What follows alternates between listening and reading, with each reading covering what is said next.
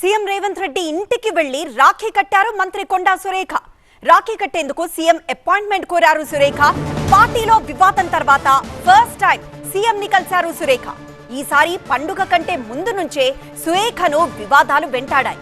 సురేఖను బర్తరఫ్ చేయాలన్న ఎమ్మెల్యేలు ఎమ్మెల్సీల డిమాండ్లొక వైపు, సురేఖ వల్ల ఇమేజ్ డ్యామేజ్ అవుతోందన్న మంత్రుల వర్షన్ మరోవైపు.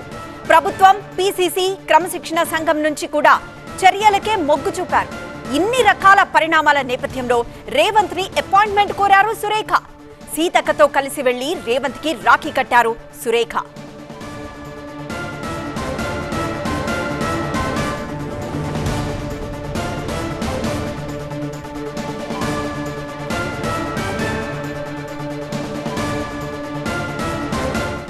ప్రస్తుతం తెలంగాణలో ఆసక్తికరంగా మారింది సురేఖ రేవంత్ రెడ్డికి రాఖీ కట్టడం. మరింత సమాచారం స్పెషల్ కరెస్పాండెంట్ ప్రభాకర్ అందిస్తారు.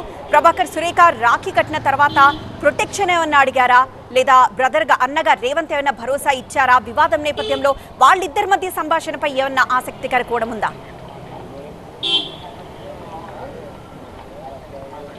సీఎం ఇల్లంతా కూడా హడావిడిగా ఉంది. ఉదయం నుంచి వచ్చిన నేతలు, మహిళా నేతలు, అధికారులతో సందడిగా మారిందనే చెప్పొచ్చు. కానీ ఫస్ట్ ఫ్లోర్లో కొండా సురేఖ అట్లాగే సీతక్క మంత్రులు ఇద్దరు కూడా సీఎం రేవంత్కి రాఖీ కట్టారు. రాఖీ కట్టిన తర్వాత ఒక 5 నుంచి 10 నిమిషాల పాటు సీఎంతో మాట్లాడారు. రాజకీయ పరంగా ఎట్లాంటి సంభాషణ జరగలేనట్టుగా తెలుస్తుంది. సో దీనికి సంబంధించి అంటే వివాదం తర్వాత కొండా సురేఖ ఇప్పుడు సీఎం నివాసానికి చేరుకున్నారు. మొదటిసారి సీఎంను ఫేస్ చేశారు కాబట్టి, ఒక అకేషన్లో వచ్చారు కాబట్టి రాజకీయంగా ఎలాంటి డిస్కషన్స్ కూడా పెట్టదలుచుకోలేదు అన్నట్టుగానే తెలుస్తుంది. సో దాని తర్వాత సీఎం మళ్ళీ లోపలికి వెళ్ళిపోయినట్టుగా తెలుస్తుంది. 5 to 10 మినిట్స్ సీఎంతో డిస్కస్ చేసినట్టుగా తెలుస్తుంది. సో మొదటి నుంచి కూడా, నిన్నటి నుంచి కూడా ఒక సస్పెన్స్ అయితే ఉండింది. లాస్ట్ టైం రాఖీకి చాలా కార్డియల్గా ఇంటికి వచ్చిన సురేఖ ఈసారి మాత్రం సురేఖ రావడమే ఒక వార్తగా మారిన పరిస్థితి కనిపించింది. కానీ ఇప్పటివరకు కాంగ్రెస్ అధిష్టానం, ఇటు ప్రభుత్వంలో ఉన్న మంత్రులు అందరూ కూడా సురేఖ తీరును, సురేఖపై చర్యలు తీసుకోవాలనేది కోరుతున్న నేపథ్యంలో ఇప్పుడు కొండా సురేఖ సీఎం ఇంటికి రావడం, సీఎంతో మాట్లాడడం, ఏం మాట్లాడారు అనేది అయితే తెలియాల్సి ఉంది. సో ఇక్కడ రాజకీయపరమైన అంశాలు ఏవి ఉండకూడదు అనేది సీఎంఓ ముందే స్పష్టం చేసిన నేపథ్యంలో కేవలం రాఖీ వరకే పరిమితం కావాలనే అందరికీ, సురేఖ ఒక్కరికే కాదు, అటు సీతక్కతో పాటుగా వచ్చే కార్పొరేషన్ చైర్మన్లు, మిగతా వాళ్ళందరికీ కూడా రాజకీయపరమైన వినతులు కానీ, రాజకీయపరమైన చర్చ కానీ సీఎంతో పెట్టొద్దు అనే సీఎంఓ ఇన్స్ట్రక్షన్స్ ముందే ఉన్నందువల్ల కేవలం రాఖీ కట్టడానికి మాత్రమే సురేఖ పరిమితమైనట్టుగా తెలుస్తుంది.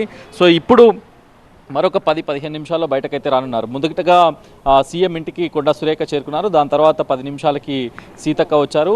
ఇద్దరు మహిళా మంత్రులు అయితే సీఎంకి రాఖీ కట్టారు. ఇకటు సురేఖ విషయంలో చర్యలు తీసుకోవాలనే డిమాండ్ ఇంకా కూడా కొనసాగుతూనే ఉంది. అటు బట్టి బెంగళూరులో ఉన్నారు, ఖర్గేని కలిశారు, బర్తరఫ్ చేయాలని ఖర్గేను కోరిన నేపథ్యంలో సో ఇప్పుడు ఇలా ఏ విధమైన రెస్పాన్స్ ఉంటుంది? ఏమైనా మళ్ళీ లాస్ట్ టైం ఇట్లాంటి వివాదాలు 2 సార్లు తలెత్తినప్పుడు సురేఖ ఒకసారి క్షమాపణ చెప్పారు. తన కూతురు చేసిన వ్యాఖ్యలకు నేను సారీ చెప్తున్నానని సచివాలయంలో ప్రెస్ మీట్లో మరీ చెప్పారు. ఇది కేవలం టీ కఫ్లో తుఫాన్ లాంటిదే అని. సో అట్లాంటి ప్రయత్నం ఏమైనా ఇప్పుడు చేస్తారా? కాకపోతే 2 సార్లు ఇచ్చిన ఎక్స్ప్లెనేషన్లో సురేఖ ఎక్కడా కూడా ఆ పాజిటివ్ నోట్ అయితే కనిపించలేదు. తనకు తన కూతురు వ్యాఖ్యలకు సంబంధం లేదన్నట్టుగానే ఆ రిప్లై ఉంది.